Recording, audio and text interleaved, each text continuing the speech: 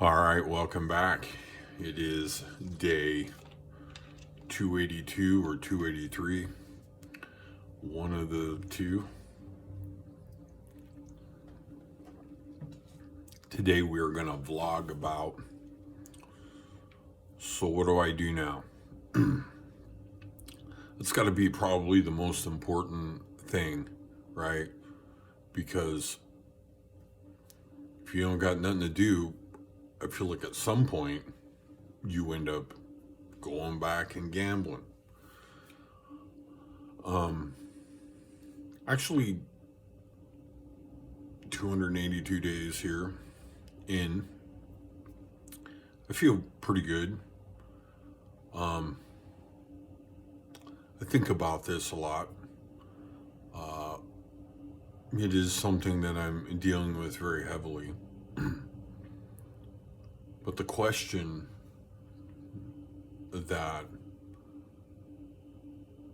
really keeps coming up, and I'm trying to give you the best information I can, right? Because there's so much fluff and anti-gambling or quit gambling content.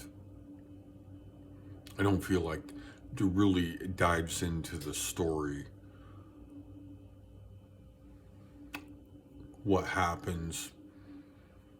Did they stick with it? Did they go back and gamble? Because like you see the stories online, you're like, oh, I quit. Yeah. Oh yeah, you quit? How long have you quit? What did you do? So my situation, again, I feel like it's a little different. So 21 and I'm here 49. So we're talking what, 28 years of gambling. I am feeling like it's hard to kind of know what to do because, many of my other friends gamble. Maybe when they go to Vegas, but definitely nowhere near the other friends. Like a couple friends, High Stakes Danny, Marco, and we just kind of look at them and their gambling habits. Like Marco was very interesting. Marco, he basically was probably one of the most extreme compulsive gamblers I run across.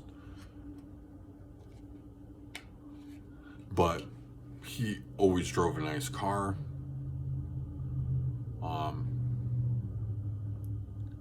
It really seemed that he did better than me. I would always be like, man, this guy drives a nice car, had a nice place. He would go on more of these extremes, and again, don't really want to get into that, but I would compare my experience to his, and losses, they hurt real bad. I mean, it's really the bottom line.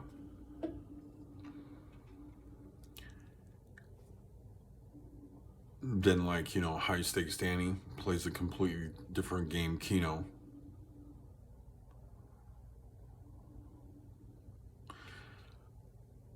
It's interesting to watch these guys. And I don't want to make judgment on their gambling habits. I'm only comparing mine.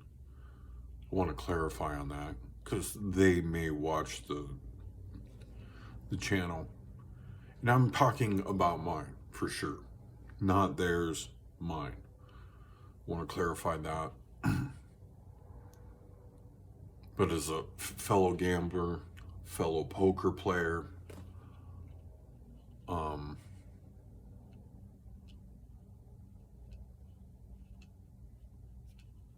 we like to compare notes.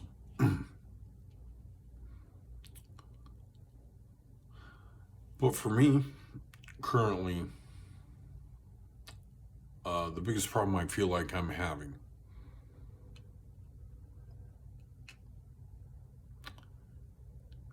is now what? Now what? I don't know if I mentioned this earlier because, again, I'm making these videos in parts. I have not felt like talking about the situation. Me and Danny talked a lot about our trip and that we didn't gamble on the trip. And so he talked a lot about his his experience. He's looking forward to going back and looking forward to doing some gambling. So there you go.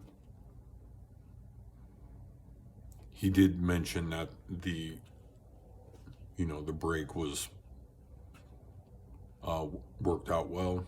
And again, just kind of like I said, just kind of comparing notes,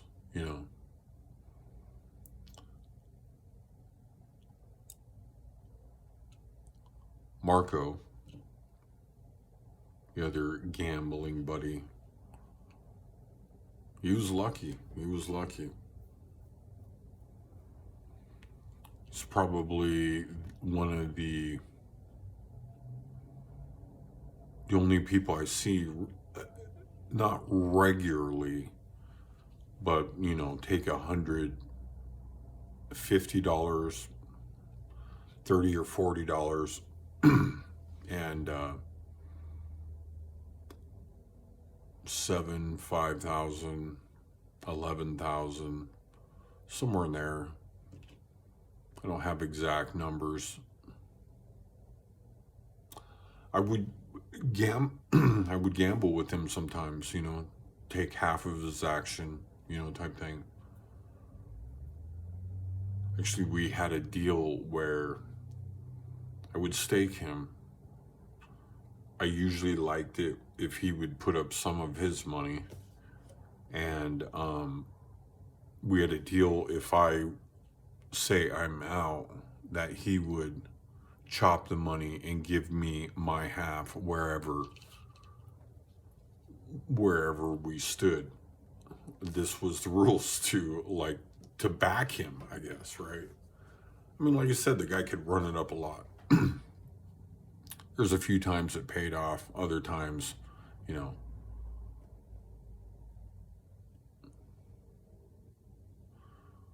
but he, was an enthusiast for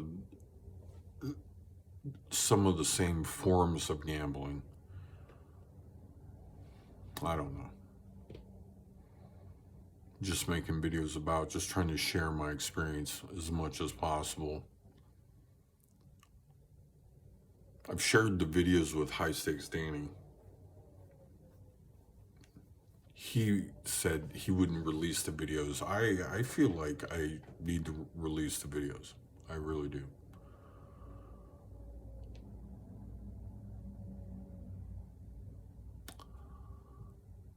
Anyway, guess that's today's video. I'll catch you on the next one.